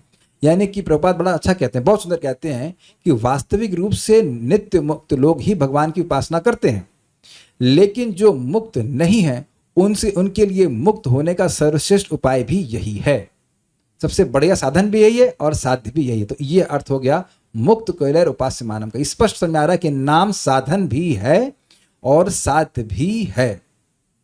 समझ आ गया? मुक्तों के द्वारा भी उपास्यमान है, मतलब बद्ध जीव तो करेगा ही, लेकिन मुक्त भी करते हैं। क्लियर समझ आ गया? ठीक है, नेक्स्ट देखते हैं। ऐसा तैत्तिरीय उपनिषद में वर्णन है, क्योंकि ये बहुत बड़ी बात है, बहुत बड़ी बात है इस जगत में। जैसे कि आप भगवद गीता में सुनते हैं, यस्त्वात्मरतिरेव स्याद् आत्मतृप्तस्य मानवः आत्मन्येवाच संतुष्टस्तस्य कार्यं न विद्यते। तो निष्काम कर्मियों के संबंध में बोल रहे हैं, यस्तु आत्मरतिरेव स्यात्। बहुत सारे कर्मों के बोलने करने के बाद बोली गई, फिर कहा कि यस्तु आत्मरतिरेव स्यात्, जिसकी आत्मा में ही रति है अर्थात मति है। यस्तु आत्मरतिरेव स्यात् आत्मतृप्तस्य मानवः, इस कारण से वो आत्मा में ही तृप्त है और इसी कारण से आत्मन्येव च संतुष्ट, आत्मा में ही वो संतुष्ट है। तो तस्य कार्यं न विद्यते, उसका कोई कार्य नहीं। तो इस श्लोक को सुनकर सोचेगा, हाँ तो हम आत्मा में संतुष्ट हो गए तो हमें कुछ नहीं चाहिए। तुमको चाहिए, और वो चाहिए है भगवान का नाम। समझ में आ गया बात? और प्रमाण क्या है? स्वयं सुखदेव गोस्वामी बोले, परिनिष्ठितो नैर्गुण्ये उत्तम श्लोक लीलया ग्रहीत ग्रहीत गरीत चेत राजर्षे आकृष्ट अधीतवान करके श्लोक था कि मैं ब्रह्म में पूरी तरह से निष्ठ था। परिनिष्ठ तो निर्गुण ने उत्तम श्लोक ली लिया, लेकिन भगवान उत्तम श्लोक की लीला से, लीला के द्वारा ग्रहीत चित्त राजर्षि, हे राजर्षि आप समझ ही रहे हैं कि मेरा चित्त आकृष्ट हो गया था और गृहीत चित्त राजर्षि आधित, और इस कारण से मैंने इस ग्रंथ को पढ़ा। 18,000 श्लोक पढ़े। जो व्यक्ति कुछ सुनना नहीं चाहता था, कुछ बोलना नहीं चाह रहा था, वह 18,000 श्लोक पढ़ा। तो इतना आकर्षण है भगवान की कथा में, भगवान के नाम में। ठीक है, ये हो गया। अब हम बात कर रहे थे कि ये बोध है लोगों का कि हम मुक्त होने के बाद कुछ नहीं करना पड़ेगा। तो सही बात है, कुछ करना नहीं पड़ेगा, लेकिन ये भक्ति है, ये करे बिना रुकेगी नहीं, ये अर्थ है। It will not be obligation, भक्ति कोई ऑब्लिगेशन नहीं रहेगी। इतने आनंद है कि किए बिना रह नहीं पाएंगे, इस अर्थ में समझना होगा। समझ आ गए? तो इसको प्रमाण दे रहे हैं तैत्तिरीय उपनिषद से। एतत् साम गायनास्ते, गायनास्ते, मुक्त पुरुष उनको समर्पित स्तुतियों को गाते हैं। नोट, यह संसार से मुक्ति पश्चात व्यक्ति की स्थिति का वर्णन करता है। वे संसार से अंतिम मुक्ति पश्चात परमेश्वर की महिमा गाते हैं। मतलब वेद कहता है कि मुक्त होने के बाद भी व्यक्ति भगवान के नाम की महिमा को गाता है। श्रीमद् भागवतम 10.1.4 के अनुसार भी निवृत्त तर्षैरुपगीयमानात्, हम पूरा बोल देते हैं अगर याद रहा तो, निवृत्त तर्षैरुपगीयमानात् भवौषधि श्रोत्र मनोभिरामात् कौत्तम श्लोक गुणानुवादात् बिना पुमान विरजेत बिना पशुघ्नाथ। तो इसका एक श्लोक यहाँ का अंश ले रहे हैं। निवृत्त तर्षैर उपगीय माना, तर्ष का मतलब समझते हैं तृष्णा, खींच, ट्रैक्शन। अरे ये चाहिए, वो चाहिए, ये खाना है, वह छूना, इस प्रकार की घसीटेबाजी से। कबड्डी होता है ना, हाँ इंटरेस्टिंग है, कबड्डी खेले हो तो कबड्डी में 6 लोग पकड़ लेते हैं आदमी को और हर व्यक्ति उसे अपनी तरफ खींचता है। कितने लोगों ने कबड्डी खेली है? I mean don't have to raise hand, think सबने खेली होगी। तो एक आदमी है, एक बेचारा टिंगड़ी पहलवान, और उसके पीछे 6 लोग कूद जाते हैं, उसकी सब टांग पकड़ने का प्रयास करते हैं, बेचारा कैसे पहुंचेगा बाउंड्री पे, कैसे पहुंचेगा बाउंड्री पे, कितना खचाखच खिंचा रहता है। तो अब सोचो कि अब आप भगवान करे आप लोग कबड्डी बार खेलेंगे तो मेरे समझ आ जाएगी। अब जो व्यक्ति लाइन को पहुंचना चाहता है ना, 16 माला की लाइन खींची गई और उधर कबड्डी कबड्डी कर रहे हैं, अनर्थ बच्चे ये वो तो है, चलो बच्चे चलो कोई बात नहीं, अनर्थ नहीं बोल रहा, लेकिन काम, क्रोध, लोभ, मोह, मद, मात्सर्य, ये इस प्रकार के जो 6 उधर के पहलवान है माया के, वो खींच रहे हैं, पकड़ लिया, चल पकड़, चल कैसे जाएगा तू, है ना। और वहां भी आप खींच खींच के हरे कृष्णा कबड्डी कबड्डी कबड्डी, राम राम राम राम, अच्छा तो पहुंच गए 16 माला करा, पार हो गए, पार हो गए, ठीक है कि नहीं। तो अब सोचिए वो 6 के 6 पहलवान अगर हट जाएंगे तब कितना भगेंगे आप भगवान की तरफ, समझे, समझ गया ना। सोचो कभी कभी तो आता है ना, किसी दिन कोई इच्छा नहीं आती, अब सोचते हैं आप तो परमहंस हो गए, अगले दिन फिर से कहता है अच्छा आपने मुझे बुलाया, बट पॉइंट इज आप मुझे याद कर रहे थे ना, कोई आज दिक्कत अनर्थ नहीं, अगले दिन आ जाते हैं, अरे आपने मुझे याद किया, हाँ thank you for not forgetting me, आ गया बस सामने। तो आप जानते हैं कि कुछ कुछ कभी कभी अनुभव होता है कि एकदम स्मूथ चैंटिंग होती है, कोई भौतिक इच्छा नहीं आ रही होती है, तो मजा आता है, समझ गए ना, मजा आता है ना, कुछ ना नौकरी चाहिए ना कुछ और चाहिए, कुछ समय के लिए एक व्यक्ति को चाहिए होता है, कुछ समय के लिए भगवान ऐसा देते हैं। तो कह रहे हैं निवृत्त तरशैर उपगीयमानात्, उपगीयमान वही उपास्यमान, उपगीयमान निरंतर गीयमान, जिनको निरंतर गाया जाता है, निरंतर गाया जा रहा है। किसको, कौन लोग गाते हैं भगवान की कथा को, भगवान की लीला को, भगवान के नाम को, निवृत्त तरशैर, जिनकी तृष्णा पूरी तरह से निवृत्त हो गई, उन्हें जगत में कुछ नहीं चाहिए। तो यही है मुक्ति का मतलब, सारी भौतिक इच्छाओं से मुक्ति। समझ में आ गई बात। तो जो पूरी तरह से मुक्त है हर तृष्णा से, वह भी भगवान के नाम को, भगवान की कथा को लगातार बोलते रहेंगे। तो अब एक प्रश्न होगा, अरे यहां तो कथा को बोल रहे हैं, नाम को तो नहीं बोल रहे हैं, नाम को तो नहीं बोल रहे हैं, आप कैसे कहते होंगे। तो देखिए, इदम भागवतम नाम, ये भागवतम ग्रंथ जो है भगवान का 18,000 श्लोक का नाम है। भागवतम भगवान का नाम या भगवान की कथा में कोई भेद नहीं। तो जो गुण आप कथा में रखेंगे वही गुण नाम में होगा। लास्ट में बोला है ना, व्हाट इज दैट, नाम संकीर्तनम यस्य सर्व पाप प्रणाशनम। तो नाम की महिमा ही तो भागवत बोल रही है, और क्या बोल रही है, अग्रीड। नाम और नामे में कोई भेद नहीं है। तो इसीलिए उसी अर्थ में आपको ग्रहण करना हो कि नाम बोलने में और कथा बोलने में वही लोग लगे रहते हैं जो निवृत्त दर्श हैं। मतलब जो लोग बंधन में है तो 16 माला कर लिया, 4 माला 32 माला कर लिया, उसका कहेंगे भैया जरा आटा लेके आना, तो आटा में तो हरे कृष्ण मंत्र नहीं आ रहा है ना। अब नारद जी तो कभी लेके आपने चले, भैया चलो अपना ब्रीफ केस लेके चले, उसमें अपना कुछ धोती कुर्ता बांधे हैं, कुछ भी नहीं, वो तो सबसे बढ़िया आदमी है। और ऋषिकेश गोस्वामी तो कपड़ा ही नहीं पहन रहे हैं, वो तो केवल भागवत धारण किए। जो व्यक्ति कपड़ा धारण नहीं किया है वो निरंतर भागवत धारण किया है कि नहीं, भगवान का नाम है कि नहीं इसमें। जो कपड़ा भी धारण नहीं किया है वह भागवतम को, जहां जा रहा है भागवतम को धारण किया है। अग्रीड, अंदर भी बाहर भी। तो आप समझ गए एग्जाम्पल। अच्छा, भौतिक तृष्णाओं से मुक्त हुए व्यक्तियों द्वारा भगवान की लीलाओं की महिमा का ज्ञान किया जाता है, मतलब वास्तविक आनंद तो बोल देते हैं। एवं श्रीमद् भागवतम 2.1.11 के अनुसार, मेरे पीछे बोलिए प्लीज, मेरे पीछे बोलिए। एतन्निर्विद्यमानानाम इच्छताम कुतो भयम्, एतन्निर्विद्यमानानाम इच्छताम कुतो भयम्, योगिनां नृपनिर्णीतं हरिर्नामानुकीर्तनम्, योगिनां नृपनिर्णीतं हरिर्नामानुकीर्तनम्। हे राजन, श्रीमद् भागवतम 2.1.11, सुखदेव गोस्वामी कहते हैं, हे राजन, कौन से राजन, परीक्षित महाराज, महापुरुषों का अनुगमन करके भगवान के पवित्र नाम का निरंतर कीर्तन उन समस्त लोगों के लिए सफलता का निसंशय तथा निर्भीक मार्ग है जो समस्त भौतिक इच्छाओं से मुक्त हैं। तो जो भौतिक इच्छाओं से मुक्त है तब क्या करना है, उनको भी वैकुंठ की प्राप्ति के लिए, उनको भगवत प्रेम प्राप्ति के लिए बिल्कुल यही मार्ग है, भगवान का नाम का उच्चारण। अथवा जो समस्त भौतिक भोगों के इच्छुक हैं और उन लोगों के लिए भी जो दिव्य ज्ञान के कारण आत्मतुष्ट हैं। तो ये तो बड़ा स्पष्ट है, यानी सभी के लिए। इन 3 लोगों के वर्णन के द्वारा सभी लोग कैटेगराइज हो गए। इस श्लोक में योगियों का अर्थ है भगवान की सेवा में लगे हुए मुक्त पुरुष। तो इस प्रकार से यहाँ पे इस श्लोक भी सत्यापित करता है कि भगवान का नाम सभी के लिए। अब इसमें थोड़ा कुछ व्याख्या कर देता हूँ। मुझे लगा था कि टीका और भी आगे होगी तो उसको कुछ व्याख्या नहीं करूँगा, तो कुछ बोल देता हूँ। एतन निर्विद्यमाना नाम, जो निर्विद्यमान है, मतलब कुछ नहीं चाहिए। इच्छताम, जो सब कुछ चाहते हैं, सर्व कामना से युक्त है, ये चाहिए वो चाहिए ये चाहिए। अब आपको बताएं, हमने आज एक भक्त को, अपने रिश्तेदार को बोला कि ऐसा करिए, कुछ पॉजिटिव इन्फॉर्मेशन बताता हूँ, आप लिखना चालू कर दिया। मैंने कहा लिखो थैंक यू कृष्णा, लिख दे thank you Krishna, my business is growing exponentially. तुरंत लिख दिया स्वयं business, my second business is growing exponentially, लिख दिया। फिर लिखा, डिवोटी भी है, डिवोटी भक्ति कर रहे हैं, माई भक्ति is growing exponentially day by day, exponentially गायब कर दिया इतना ऐसा लिखे, बाकी लिख दिए कि my food business is growing exponentially day by day, my mall business is growing exponentially day by day.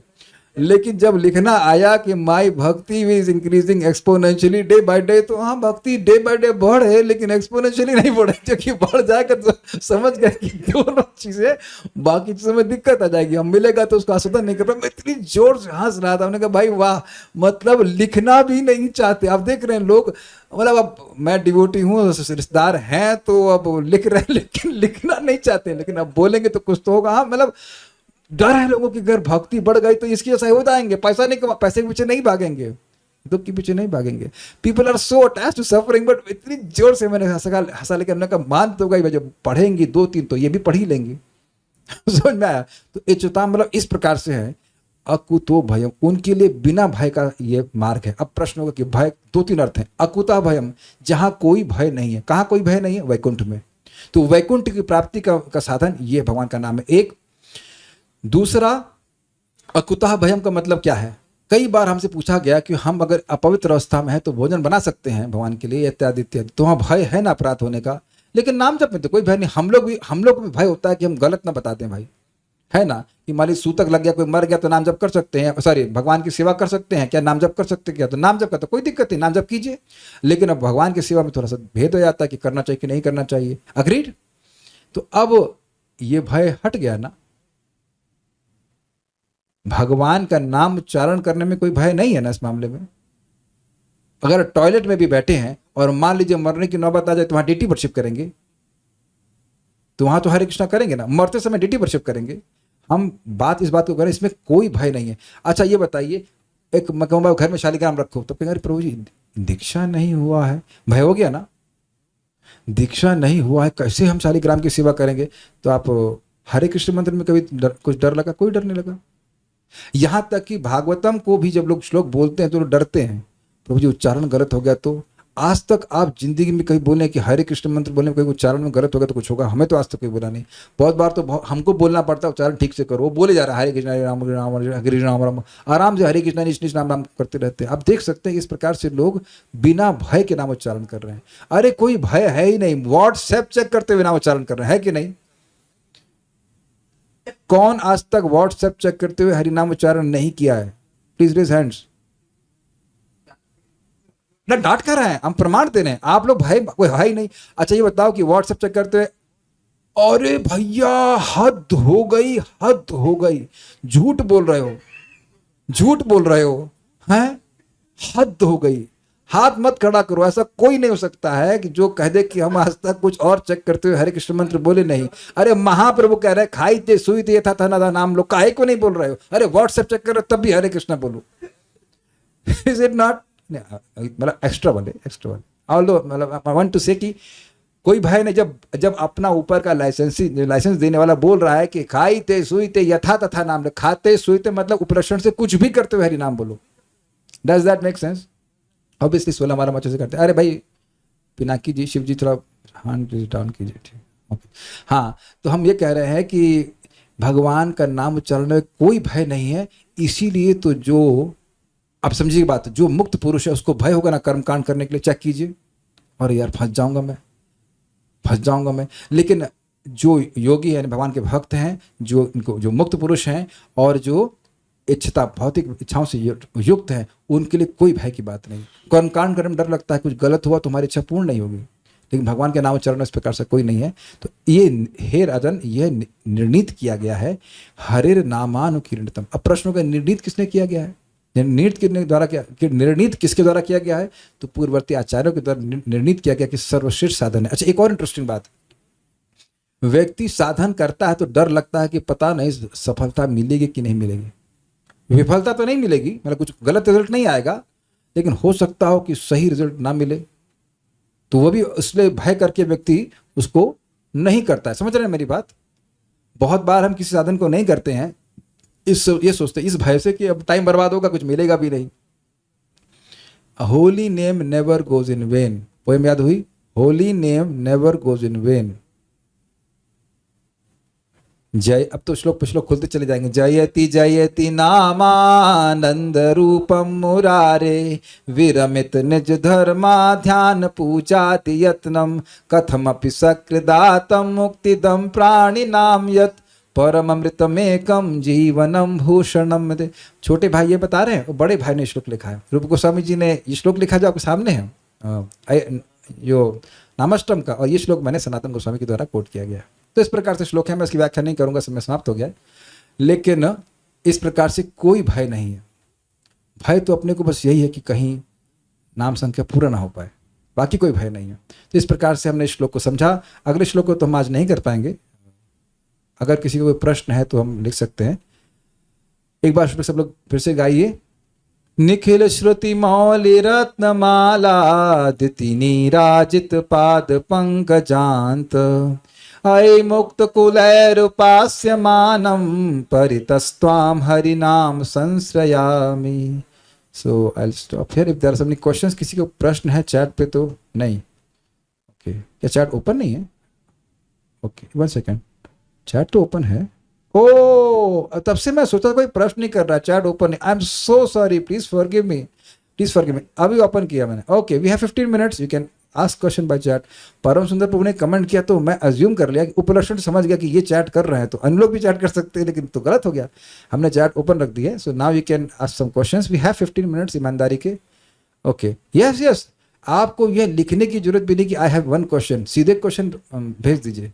I would prefer question by chat, because मेरी रिकॉर्डिंग के लिए आसान रहेगा। ओके, हरिनाम प्रभु के साथ प्रेममय संबंध कैसे स्थापित करें? आप पहले ये बताइए, आपने ये प्रश्न किया क्यों? आपने ये प्रश्न इसलिए किया क्योंकि आपको नाम की महिमा बड़ी अच्छी लगती है, समझे? जब आप किसी का ऐश्वर्य को सुनते हैं, भाई ये तो बढ़िया आदमी है, तो उनसे आप प्रेममय संबंध स्थापित करना चाहते हैं। तो प्रेममय संबंध स्थापित करने के लिए बहुत सिंपल तरीका है, उनकी महिमा सुनिए, तो आपको लगेगा अरे भैया क्या भाग्य है, जो मुक्त कुलों का भाग्य है वो अपना भाग्य है। You like him. Do you agree? क्या इस श्लोक को सुनने के बाद आप भगवान के नाम को पसंद करते हैं? आई लव यू, कैसे? अरे भाई मजा आ गया, I love you, I love you, I love you. तो अब यही तो प्रेम का तरीका होता है। जब जैसे सुनिए, कोई लड़की, जो लोग शादी वादी हुई होगी वो लोग समझते इस बात को कि लड़की लड़के के कुछ गुणों को सुनती है। ज्यादा गुण होते ही नहीं है, 2-3 शब्द ही कहे जा सकते हैं उनके बारे में। वो भी अगर सच्चे जनरली झूठ बोल देते हैं। ये है वैसे, मान लड़की दो आदमी खाना नहीं बना सकती है, वो बोल देंगे 35 लोग खाना बना देती है। अरे भाई, लड़का सपना देखना शुरू है, बड़ा अच्छी बड़ी अच्छी, बाद में मालूम चलता है कि वो दिक्कत है। ये लड़का किसी को ऐसे बोल देंगे कि भाई ये तो अब मतलब एकदम नल महाराज के समान है, तो नल भी ठीक करना नहीं आता ना। बहुत सारे गुण बता दिए जाते हैं। तो गुण सुनने से व्यक्ति आकर्षित होता है, उससे सहज प्रेम होने लगता है। आज भी हमको मतलब बहुत सिंपल सी बात है, जितना भगवान के नाम की महिमा सुनते हैं उतना भगवान से प्रेम होता है। कितने दयालु हैं, कितने शक्तिशाली हैं, कितना प्रेम करते हैं, कितना कितना कितना कितना, तो इस प्रकार से प्रेम होता है। और फिर सेवा करने से होता है। महिमा सुनिए, सेवा करिए, और जब आप महिमा सुन के सेवा करते हैं तो बड़े उत्साह में सेवा करते हैं। एक सिंपल सी बात है, आज मैं बहुत धन्यवाद दे रहा था, भगवान आप कितने बढ़िया हो, भगवान के नाम कितने बढ़िया है। मन न लगे तब भी फायदा, और मन लगे तो भी फायदा। अग्नि के समान है ना, फायदेमंद। कितने बढ़िया बात है ना, हर जगह अवेलेबल है। हाँ जी, और कुछ है क्या इस प्रकार से? और हाँ, दूसरा बात क्या है कि प्रेम में संबंध स्थापित करने के लिए यही सब प्रार्थना बोलने के लिए बोला गया था। शुरुआत में बोला था ना प्रवचन में, आप अगर शायद आप आ गए थे पहले से ही, कि इस प्रकार से हम प्रार्थना अर्पित करें और निरपराधिक रूप से जप करने का प्रयास करें, और नाम को दूसरों को देने का प्रयास करें। By service we become attached. मैं कुछ बातें बोल दे रहा हूँ जो कि मैं उन्हीं लोगों से सुनता हूँ, उनके बारे में बोल रहा हूँ। Normally girls become attached to a man whom they talk too much. It's देखा गया है। So please start talking with the holy name. Hare Krishna Krishna Krishna Hare Hare, Hare Ram Ram Ram Hare Hare. Every girl likes a caring and attentive husband, and इससे बढ़िया हस्बैंड क्या मिलेगा जो जब चाहो तभी आपके पास आ जाए। हरे कृष्णा कृष्णा कृष्णा हरे हरे, हरे राम राम राम हरे हरे। क्योंकि कहाँ केयर करते हैं? अजामिलु अपी। जो व्यक्ति भगवान का नाम बोलता है अनजाने में भी, उसके प्रति भी भगवान की यही मति होती है, व्यक्ति मेरा है। नाम जपे और तुझे ना जाने, फिर भी तूने फिर भी कैसे गाते हैं इसको, नाम जपे और तुझे ना जाने, फिर भी तूने अपना माने, तेरी दया का अंत नहीं है, हे दुख नाशी रे, दर्शन दो घन श्याम मोरी आखियां प्यासी रे। मैं अच्छे से नहीं गाया, उसकी ट्यून में हमेशा गड़बड़ कर जाता हूँ, but anyways it's very nicely spoken. तो उनकी महिमा सुनिए। संबंध अभिधेय प्रयोजन समझाई, नहीं समझाऊंगा क्योंकि ये क्लास में अब नहीं, ये आउट ऑफ क्वेश्चन बाहर का है। कोई बात नहीं, हमने प्रश्न अच्छा पूछा है, लेकिन इसके लिए परम सुंदर क्लास देंगे चैतन्य चेतामृत से। ओके, आप क्षमा कीजिएगा, मेरा स्टाइल ऐसा ही है, क्योंकि आप जो इसके संबंध में पूछेंगे उसके बता पाऊंगा मैं। आपने अच्छा प्रश्न बहुत अच्छा किया है, आई थैंक यू फॉर दिस। इसके लिए परम सुंदर प्रभु मुझे और 2 क्लास देंगे, कम से कम 5-10 क्लास देंगे उधार की, तब अपन समझाएंगे चैतन्य चेतामृत में। ठीक है, अभी आप इसको समझिए। हमें पीडीएफ कैसे मिलेगी? अब ये इसके लिए तो हमारे परम सुंदर से पूछिए, सॉरी क्षमा कीजिएगा, परम सुंदर प्रभु को पूछिए। मैंने तो इनको 1 महीने पहले तो ये भेज दिया था, अभी 4 दिन पहले भेज दिया था। जिस ग्रुप में आप हैं उनको भेज दीजिए, प्रभु जी आपको भेज देंगे। ये देखिए, बहुत अच्छा प्रश्न किया गया कि जिनके पास पीडीएफ नहीं है वो जरूर प्राप्त कर लें। मेरा भक्ति ट्री चैनल में बस अभी 10 मिनट में इसको उसमें अपलोड कर दूंगा, तो उसमें जीप ड्राइव का लिंक दिया जाएगा, उसमें सारी पोस्ट कर दूंगा। अगर वहाँ से लेना चाहते हैं वहाँ से ले सकते हैं, टेलीग्राम में जुड़ना चाहते हैं वहां से जुड़ सकते हैं, नहीं तो परम सुंदर प्रभु के पास तो है ही, उनसे आप प्लीज उनको दे दीजिएगा। ओके, नाम अपराध का भय तो है। अरे बहुत अच्छा सावित्री माता जी, आपने बहुत अच्छा बताया। मैं अभी 1 मिनट में बता रहा हूँ, बहुत बढ़िया चीज़। नाम अपराध से कैसे बचे मैं अभी बताने वाला हूँ। थोड़ा सा ऊपर हो सकता है क्लास, इस प्रश्न का उत्तर मैं अंत में दूंगा, ये मैंने होल्ड करके रखा हुआ है। Can we say that essence of bhakti is sharanagati? Why not? Essence of bhakti is naam शरणागति।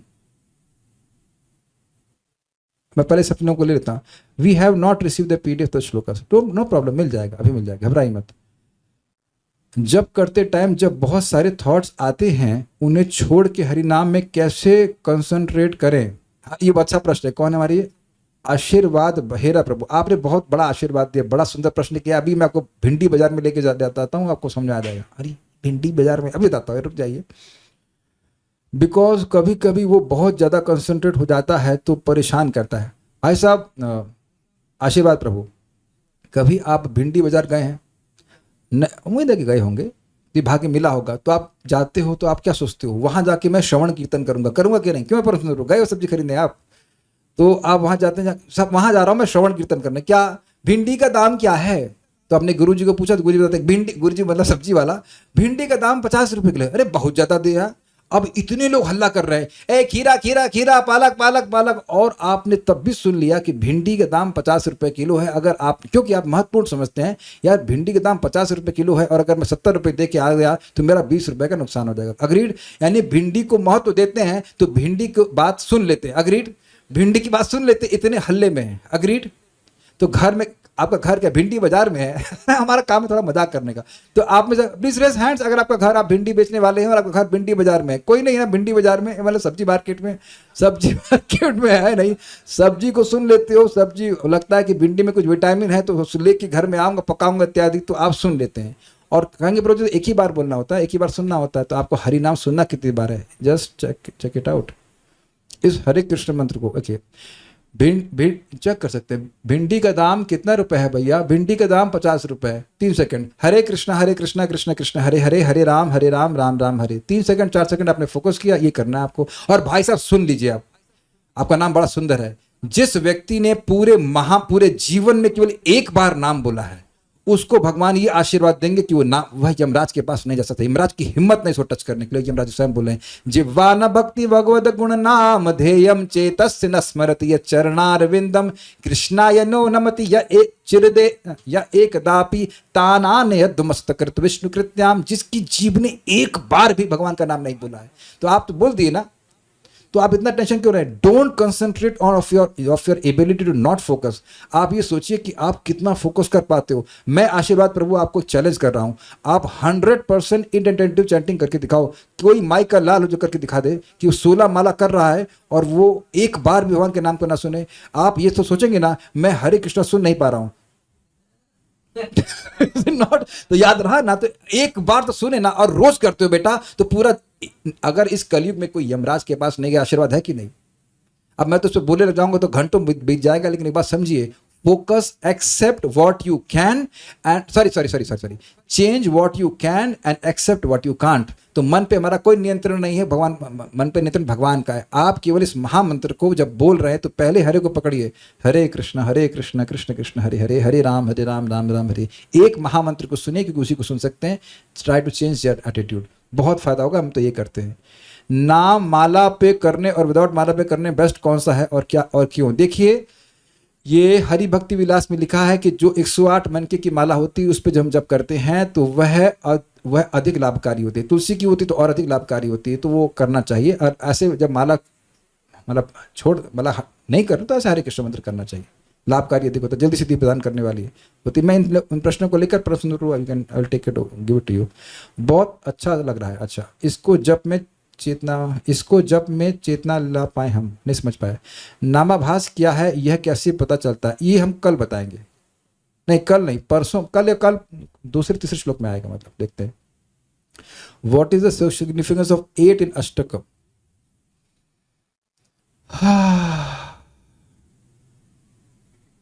अच्छा प्रश्न है। I want to like to thank Ramkrishna Hari Prabhu for asking this question.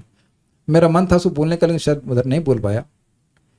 तो श्रीमान हरि पार्षद प्रभु इस नामाष्टक के अपने प्रवचन में बताते हैं कि देखिए, जैसे भगवान का नाम 8 प्रिंसिपल गोपियों से घिरे है ना, उसी तरह और ये जितने भी ये मतलब मंत्र हैं, सॉरी ये जो श्लोक हैं, इनको गाने के विभिन्न प्रकार के मीटर्स हैं और वो सब स्त्री नाम से, मैं नाम भूल रहा, इंद्र वज्रा ऐसे करके कुछ होता है ना, परम सुंदर, मैं भूल रहा हूँ उसको नाम।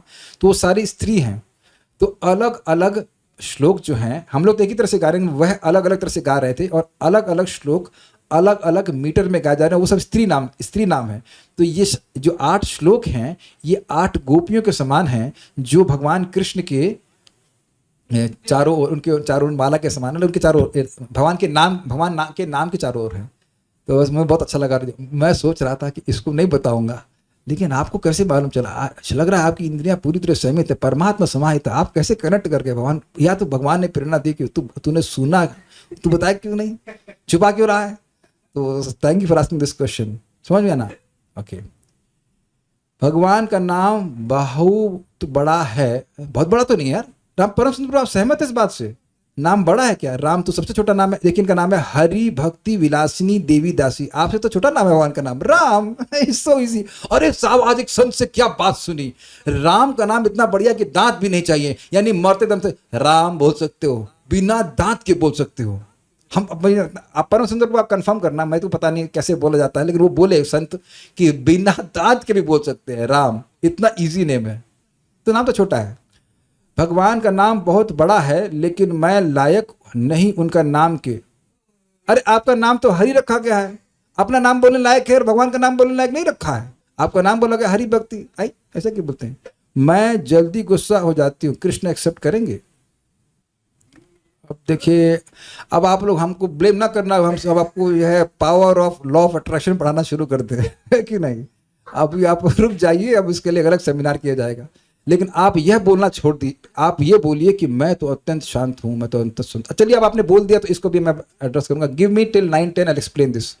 कैसे करते? चैंटिंग करते हुए कभी ध्यान भगवान में नहीं लग रहा है, बहुत भाग्यशाली है। यही प्रश्न मैंने रोमपाद महाराज से पूछा कि महाराज कभी कभी भगवान में नाम जब करते मन नहीं लगता है, नाम जब कर रहे हैं कभी कभी भगवान के नाम में मन नहीं लगता है, तो कहते हैं कभी कभी सन्यासी बोले sometime you are very fortunate, sometimes okay, when I chant I try to hear whole Mahamantra, but this takes long time to complete my rounds. Does there is any idle time for completing round? बहुत अच्छा यार, मजा आ रहा है, बढ़िया प्रश्न कर रहे हैं। परम सुंदर प्रभु, ओके, सब लोग को बोल रहा हूँ, जिस कोई जाना चाहे तो कोई दिक्कत नहीं है, जो रहना चाहता है, थैंक यू फॉर दिस। बहुत अच्छे प्रश्न आ रहे हैं, मजा आ गया। दिव्य प्रभु ने दिव्य प्रश्न किया। अच्छे प्रश्न करेंगे तो नाम लूंगा, खराब प्रश्न करूंगा तो किसी ने बोला है। अच्छा प्रश्न, आपने बहुत दिव्य प्रश्न किया है। आप ये बताइए गुरुदेव कि एक अश्वमेध किए हो कभी, और कभी सपने में भी किए हो क्या? सपने में भी अश्वमेध? परम सुंदर प्रभु, आप तो ब्राह्मण दीक्षित करते होंगे ना अश्वमेध गया के घर में, कोई करता? अच्छा, कितनी गाय को दान दिए? तो अब एक श्लोक सुन लीजिए। गो कोटि दानम ग्रहणे खगस्या प्रयाग, नहीं ये वाला नहीं, वो वाला बढ़िया था। What is that? कोटि अश्वमेध सम, नहीं, हाँ है तो ना, एक कृष्ण नाम कोटि अश्वमेध सम सेइत पाषंडितार दंडितार यम। कोई व्यक्ति महान आ गया, कोई पंडित आ गया बांचने के लिए, नाम महिमा पढ़ाने के लिए, कह भैया देखो समझो मेरी बात, एक नाम जो बोल रहे हैं ना ये 1 करोड़ अश्वमेध यज्ञ के बराबर है। तो यमराज कहेंगे आओ पंडित जी आओ इधर आओ, तो तुमको हम दंड देते हैं, तुमको शुद्धि करते हैं। यानी कि तुम एक कृष्ण नाम के बराबर 1 अश्वमेध यज्ञ को बोल रहे हो, 1 करोड़ अश्वमेध, सॉरी मिस्टेक हो गया, तुम्हारी तो पिटाई होनी चाहिए, तुम्हारी बुद्धि अभी शुद्ध नहीं हुई है। तो अब सोचिए कि 1 अश्वमेध यज्ञ करने में कितना परिश्रम है। मैं सेंट थॉमस में अज्ञान इकट्ठा किया हूँ, प्रभु जी अच्छा कि मेरे योग्यता नहीं बताए। तो सेंट थॉमस में हम 8वीं तक पढ़े, तो वहाँ सामने अश्वमेध यज्ञ कर रहे थे, कुछ नहीं था, वो फ्रॉड था, उसमें इतना आयोजन कोई परिवार जिसमें शांति बहुत होती है। और बचपन में सोचता था यार घोड़ा तो आया नहीं, सेना तो आई नहीं, पुलिस भी आई नहीं, तो इतना अश्वमेध यज्ञ हुआ कहाँ? इतना पता था युद्ध होता था, सब कुछ होता है, तो वो उल्लू बनाते हैं लोग। तो 1 अश्वमेध का स्वांग करने में इतनी दिक्कत है, तो असली अश्वमेध यज्ञ करने में कितनी दिक्कत होगी। और आप कह रहे हैं कि टाइम अधिक लगता है। अब आप बताइए, आप महिमा नहीं सोच पा रहे हो, अगर महिमा समझेंगे तो कहेंगे भाई कितना बढ़िया टाइम है नाम के संग बिताने का। समझ गए ना? देख रहे महिमा सुनने से कितना फायदा होता है। ओके, तो मेरे को 8.5 मिनट लगता है। अगर आप जल्दी करना चाहते हैं और अच्छे से करना चाहते हैं तो देखिए, take a deep breath and chant, ऐसे करिए, हरे कृष्ण कृष्ण कृष्ण हरे हरे, हरे राम राम राम हरे हरे, हरे कृष्ण कृष्ण कृष्ण हरे हरे, हरे राम राम राम हरे हरे, हरे कृष्ण कृष्ण कृष्ण हरे हरे, हरे राम राम राम हरे हरे। तो आप 3 बार बोलेंगे, 4 बार बोलेंगे, 8 मिनट में आराम से हो जाता है। कितने अश्वमेध याग आते हैं वो तो कितना भी टाइम ले लोगे काउंट नहीं कर पाओगे। एक नाम इतनी पुण्य दे रहा है 1 सेकंड में, वो आप अनंत काल तक भी काउंट नहीं कर पाएंगे। तो टाइम लग रहा है जब करने में। तो अच्छा प्रश्न था। I realise wise listening to me that Harinam prabhu is actually really merciful. Thank you, ये मेरा उद्देश्य था। Can take prabhu shelter any time all the time? Yes, thank you. Kindly suggest how to stay offenceless by taking shelter at place time situations not favourable.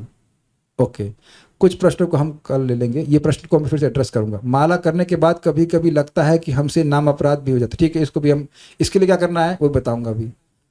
वो how to join group, can please send me the link, वो सब बाद में बता देंगे अभी। और क्या हियरिंग ऑफ चैंटिंग के भी डिफरेंट लेवल्स होते हैं? हाँ होता है, वो हम बाद में बताएंगे। आप और कुछ नहीं है। ओके, ऐसा क्यों होता है कि कभी नाम में रस आता है और कभी नहीं आता है, जबकि नाम लगातार हर रोज लेते हैं? एक बात बताऊं, अगर करना है तो मेरे संग जब कीजिए। हम लोग रोज बोलते हैं सब बातें में, रोज ही चर्चा करते हैं हमारे जून पे जब करने के लिए, या महाराज संग भी कर रहे हैं तो अच्छी बात है, बहुत अच्छी चीज़ है। This has to be understood. Krishna या अनर्थ निवृत्ति में ऐसा होता ही, लेकिन अभी मैं उसमें नहीं जाना चाहता। अभी इसको होल्ड कीजिएगा। ये जब रस वाली बात है कि नाम में रस कब मिलता है कब नहीं मिलता है, वो मैं 8वें श्लोक में रखूंगा। दीपक जायसवाल प्रभु, इस प्रश्न को आप अपने स्टोर में रखिएगा। 8 करना है, आज्ञा दे रहा हूँ, रिक्वेस्ट कर रहा हूँ, इस प्रश्न को करना है आपको नामष्टकम 8 में। प्लीज डोंट फॉरगेट कि मैं तो भूल जाऊंगा, आपको नहीं भूलना है, ठीक है? और कुछ? Should we hear Srila Prabhupada or Guru Maharaj chanting while we are chanting? Absolutely not. Absolutely not. क्योंकि प्रभुपाद का इंस्ट्रक्शन सुनना है, प्रभुपाद का जब आपको जब करते समय नहीं सुनना है। आप किसी से और पूछेंगे, उसके कोई ओपिनियन हो सकते हैं। मेरी इस मीटिंग में आए हैं, आप मुझसे सुन रहे हैं, तो बिल्कुल स्पष्ट है। प्रभुपाद ने बिल्कुल स्पष्ट कहा, you chant and you here. हाँ, ये जरूर कि जैसे आप कुछ और काम कर रहे हैं, आज ही मैंने भक्तों को बताया, आप जब अपना बैकग्राउंड में लगा दीजिए प्रभुपाद का, सुनिए, बहुत अच्छी बात है। लेकिन आप अपना जब सुनिए, आप अपना जब सुनिए, that's what your Guru Maharaj has told you. मेरे गुरु महाराज ने भी बोला है, सब ने बोला, यू चैंट यू हियर। जितने भी आचार्यगण हैं वो अपना सुनते थे, अपने गुरु महाराज का जब तो नहीं सुन रहे हैं ना। आप लोग देखो, किसी के अलग अलग मत हो सकते हैं, मुझे एक व्यक्ति का बता दीजिए ऐसा करता हो। श्रील भक्ति ठाकुर जी कहाँ जब कर रहे हैं, प्रभुपाद कहाँ जब कर रहे हैं, वो खुद अपना सुन रहे हैं। भक्ति ठाकुर जी अपना जब सुन रहे हैं कि नहीं, इसमें मेहनत लगती है। And that's what our Guru Maharaj wants. कभी टेम्पल में बहुत ज़्यादा सेवा मिलने पर कुछ डिवोटी कहते हैं, भगवान जी की सेवा आज जब नहीं करते, दोनों एक ही तो हैं प्रभु जी। 16 माला मॉर्निंग में माला कंप्लीट नहीं हो पाती, तो आफ्टरनून इवनिंग में कर सकते हैं? ये कर सकते हैं। बहुत अच्छा प्रश्न किया है। अच्छा, सेवा बहुत ज़्यादा होती है, तो बहुत ज़्यादा सेवा शुरू होने से पहले माला नहीं कर सकते हैं? परम सुंदर प्रभु गलत तो नहीं है। परम सुंदर प्रभु तो हमारे संग आश्रम में रह रहे थे, तो आप परम सुंदर प्रभु के संग एक बार प्रचार में लेके गया, बहुत बार गए, बहुत सहायता की है। तो परम सुंदर प्रभु उस दिन उनका सुबह कुछ जब लेट हो रहा था, मैंने कहा ऐसा करो सुबह ही क्लास में मत आओ, याद है वहाँ पे गए थे ना अपन यमुनानगर में, सदुरा में। मैंने कहा बेटा आप जब कर लो, दिन में बहुत सेवा है, यहाँ भी सुबह की क्लास में तो थोड़े भक्त आए हैं, मैं कोई बात नहीं, मैं मृदंग बजा के हड़ताल बजा के कीर्तन कर लूँगा, आप जब कर लो। याद है परम सुंदर प्रभु, याद है ना? मुझे याद है। फिर उन्होंने कहा थैंक यू प्रभु जी, आपके संग जाते तो एक अच्छी बात है कि जब पूरा हो जाता है, किसी और के संग जाते तो जब नेग्लेक्ट करा देता है और बैंड बज जाती है, तो बैंड तो शाम को बजाना है ना। मैंने कहा तो बैंड तो शाम को बजाना, मृदंग अपना बैंड क्यों तू बजाएगा? Is it not? So if a person really cares for you, he will care for your chanting, क्योंकि वो बंदा खुद जानता है कि दिन में माला करना थोड़ा कठिन, थोड़ा होता है, थोड़ा मैं पीसफुली बोला, मुश्किल होता है। सुबह करने में आसानी होती है। स्वयं भक्ति ठाकुर बोलते हैं दिन में आलस आएगा। तो इसलिए जो सेवा दे रहा है वो ना समझे, आप तो समझो भाई। परम सुंदर प्रभु अच्छे से जानते हैं इस मामले में। हम तो प्रेसिडेंट को हाथ जोड़ते थे, प्रेसिडेंट प्रभु हम 22 घंटे के लिए आपके लिए 2 घंटे हमको दीजिए, 2 नहीं 2.5 घंटे में थोड़ा अधिक समय लगता है। And he respected that. हमारे प्रभु जी कभी डिस्टर्ब नहीं किए। सनक सनातन प्रभु हों, हमारे पंचोकड़ प्रभु हमेशा हमको मौका दिए कि हम माला पूरा किए, कभी हमको इस मामले में डिस्टर्ब नहीं किए। अब निवेदन से बोली कि हमको ऐसी सेवा दीजिए कि हम इसके बाद, लेकिन अब ये नहीं कि माला पकड़ा हुआ है और 11 बजे तक माला ही हो रही है और सेवा ही नहीं हो रही है, फिर तो चीटिंग हो जाएगी, है ना? तो वो चीटिंग नहीं करनी। नाम जब 108 मन को से, अब हम ये प्रश्न रोक दे रहे हैं, अब आपको बहुत अच्छी बात बता रहे हैं, बाकी प्रश्न आप कल रख लेना, ये मेरा नंबर लेना, प्रश्न करते हो, हमें बड़ा अच्छा लगता है अच्छे प्रश्न करने के लिए। अब हम आपको बहुत अच्छी बात बता रहा हूँ।